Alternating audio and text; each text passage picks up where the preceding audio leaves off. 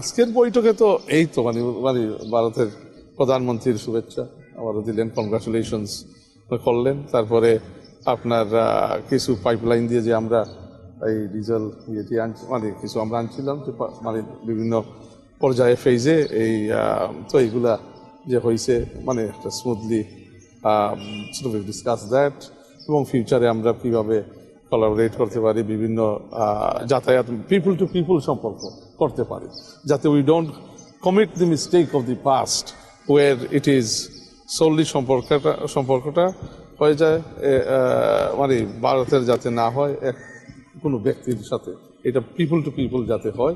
তো this is the সম্পর্ক, এটা ভারতও চাচ্ছে, আমরাও চাচ্ছি এখন পিপল টু পিপল সম্পর্ক জোরদার করতে।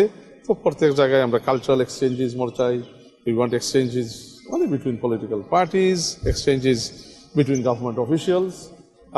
তো আমরা এটা যত ওপেন এবং ক্লিয়ারলি আমাদের মধ্যে এঙ্গেজমেন্ট অ্যান্ড ডায়লগ থাকবে, তখন some of the challenging issues we may be able to resolve মানে ইন দি ওপেন।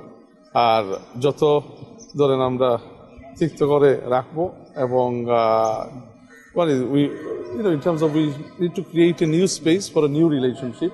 এটা তো ক্লিন ব্রেক, মানে এটা তো হাসিনার আর ভারতের সম্পর্ক তো আর হবে না। হাসিনা তো বাংলাদেশে নন এক্সিস্টেন্ট, রাজনৈতিকভাবে মরে গেছে, আজকে প্রায় অনেক দিন হয়ে গেছে। সো হাসিনা আর আওয়ামী লীগ বলতে আর বাংলাদেশে কিচ্ছু নাই। তো এটা হচ্ছে একটা নিউ সম্পর্ক বিটুইন বাংলাদেশ এন্ড ইন্ডিয়া।